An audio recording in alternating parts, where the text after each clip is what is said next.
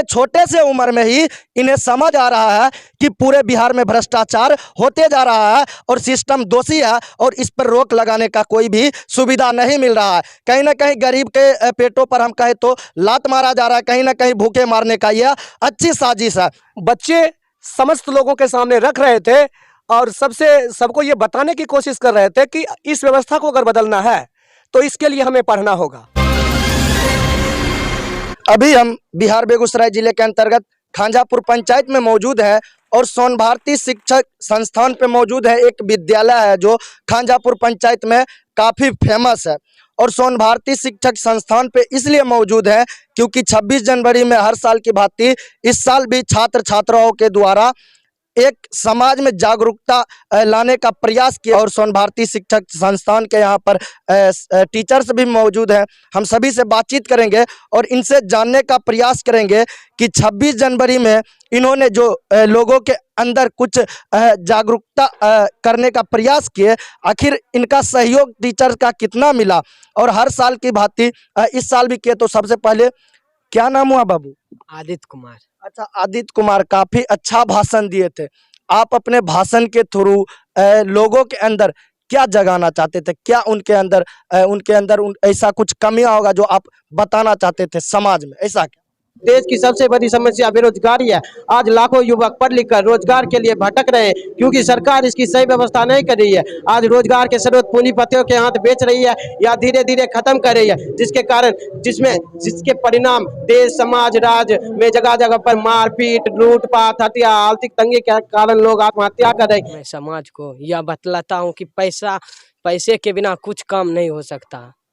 कहीं ना कहीं इस छोटे छात्र को काफी धन्यवाद देना चाहिए क्योंकि कहीं ना कहीं पूरे बिहार में सिस्टम भ्रष्ट होते जा रहा है और इतने छोटे से उम्र में ही इन्हें समझ आ रहा है कि पूरे बिहार में भ्रष्टाचार होते जा रहा है और सिस्टम दोषी है और इस पर रोक लगाने का कोई भी सुविधा नहीं मिल रहा है। कहीं ना कहीं गरीब के पेटों पर हम कहें तो लात मारा जा रहा है, कहीं ना कहीं भूखे मारने का यह अच्छी साजिश है और इनका छोटा सा उम्र में इतना बड़ा बात कह दिए। तो BBL न्यूज़ आग्रह करता है कि आप छोटे बच्चों का बात पर गौर करें और सिस्टम को दोषी दे।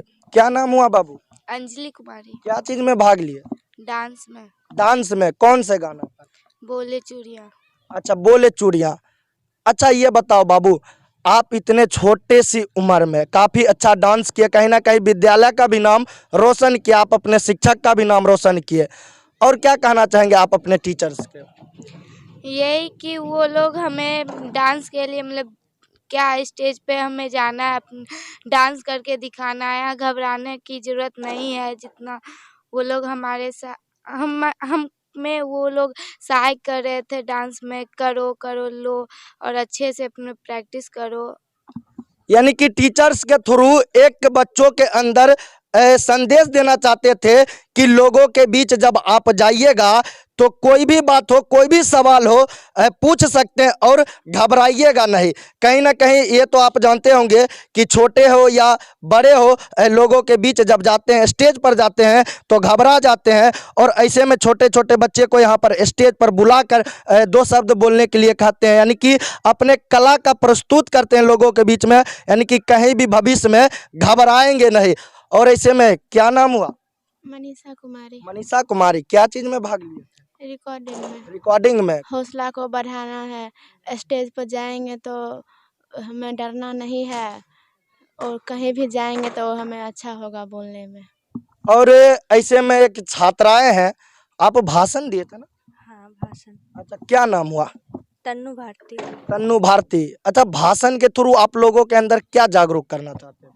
भाषण के अकॉर्डिंग हम लोग प्रस्तुत करना चाहते थे कि जितने भी वीर सपूत हमारे देश में संविधान बनाने में योगदान दिए हैं उन्हें कभी हम भूलेंगे नहीं। और आगे। अच्छा, क्या नाम हुआ? मेरा नाम नेहा हुआ। अच्छा, नेहा। बाबू, आप क्या चीज भाषण दिए थे ना? अच्छा, भाषण के थ्रू समाज में क्या जागरूकता लाने का प्रयास कर? हमारे समाज में भ्रष्टाचारी बहुत दूर दूर तक फैल चुका है। हम समाज के जो हमारे यहाँ पदाधिकारी है वो बिना घूस के कोई काम नहीं करते। मैं उनसे आग्रह करती रहती हूँ कि मतलब बिना घूस के ही काम करें। हमारे यहाँ बहुत गरीब मजबूर जनता है, उन्हें भरपेट भोजन नहीं मिलता, वो घूस कहाँ से देंगे। अच्छा, आप भाषण पे जब स्टेज पे गए थे तो आप बेरोजगारी को लेकर भी चर्चा किया था। बेरोजगारी को लेकर आपका क्या कहना है? मेरा बेरोजगारी का लेकर कहना है कि हमारे यहाँ जिनके पास पैसा है सिर्फ उन्हीं को काम ज़्यादातर मिलता है, जो गरीब हैं उनको बहुत कम मिलता है काम। इसीलिए मैं कहना चाहती थी कि उनको भी काम दिए।